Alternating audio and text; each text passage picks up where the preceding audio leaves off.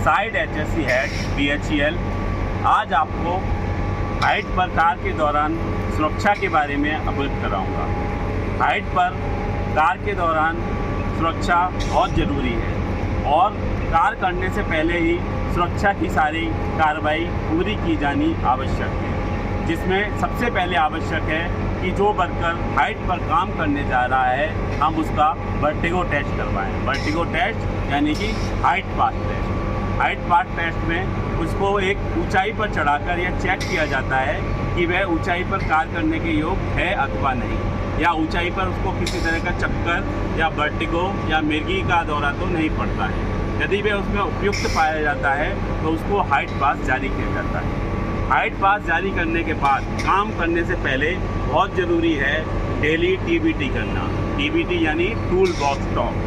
Tool box talk में हम सूक्ष्म में सारे वर्करों को अवगत कराते हैं कि जो आप जिस ऊंचाई पर काम करने जा रहे हैं उसमें क्या क्या हैजार्ड हैं और उससे बचने के लिए आपको क्या करना है। अब सबसे पहले जब हाइट पर काम करने जा रहे हैं तो ज़रूरी है हम जो हाइट के व्यक्तिगत सुरक्षा उपकरण या PPs हैं उनको पहन कर ही जाएँ।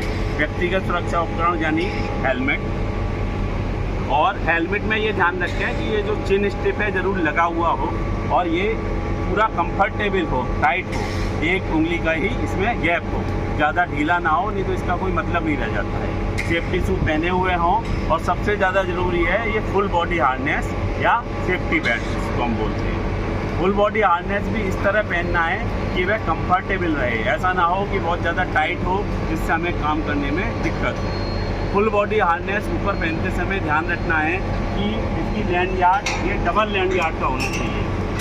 जैसे कि आप ये देख रहे हैं जो मेरा फुल बॉडी हार्नेस है ये डबल लैंड यार्ड का है, ताकि अगर एक जगह से फेल होता है तो दूसरी जगह हम लोग इसको प्रॉपर सेफ रहें इससे। डबल लैंड यार्ड में और उसके अलावा ज़रूरी है कि इसको जो हुक को हम किसी मजबूत जगह पे एंकरिंग करके रखें। अगर वहाँ पर किसी कोई मजबूत जगह नहीं है या इस तरह का कोई फर्म स्ट्रक्चर नहीं है तो हम वहाँ पर लाइफ लाइन की व्यवस्था करेंगे और लाइफ लाइन पर इसको एंकरिंग करके ज़रूर रखें। अगर आप एंकरिंग नहीं कर रहे हैं और सेफ्टी बेल्ट पहने हैं तो सेफ्टी बेल्ट आप पर बोझ है और इसका कोई मतलब नहीं रह जाता है। जैसा कि आप यहाँ देख रहे हैं यह हम लोगों ने सेफ्टी प्रोटेक्शन के लिए यहाँ रेलिंग का प्रबंध किया हुआ है। तो यहाँ देखिए ये रेलिंग बहुत ज़रूरी है ताकि आदमी ऊपर से गिरने से बच सके।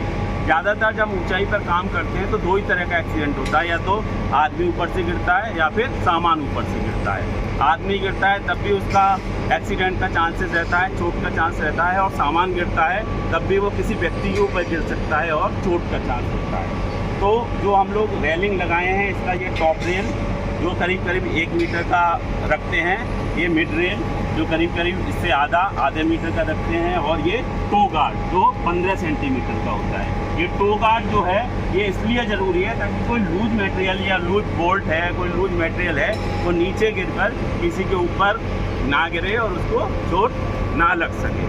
दूसरा बहुत ज़रूरी है जब हम हाइट पर काम कर रहे हैं तो हम इंश्योर करें कि सेकेंडरी फॉल प्रोटेक्शन का यूज कर रहे हैं। Secondary fall protection means safety net.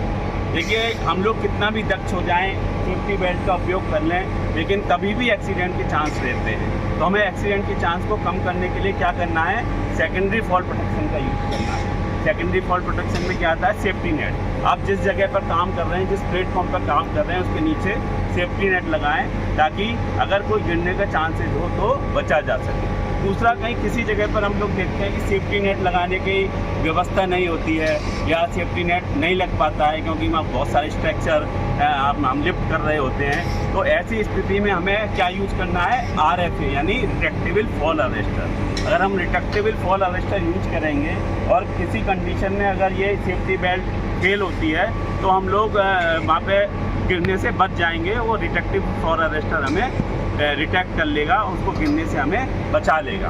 तो सभी से निवेदन है कि हमारी सुरक्षा, हमारी लाइफ, हमारे परिवार के लिए बहुत ज़रूरी है।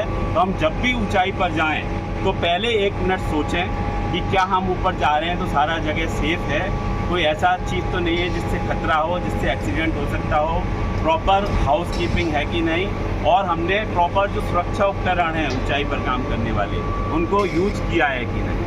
तो मेरा यही अनुरोध है कि सभी लोग सुरक्षा के साथ काम करें और अपने परिवार को सुरक्षित रखें। धन्यवाद।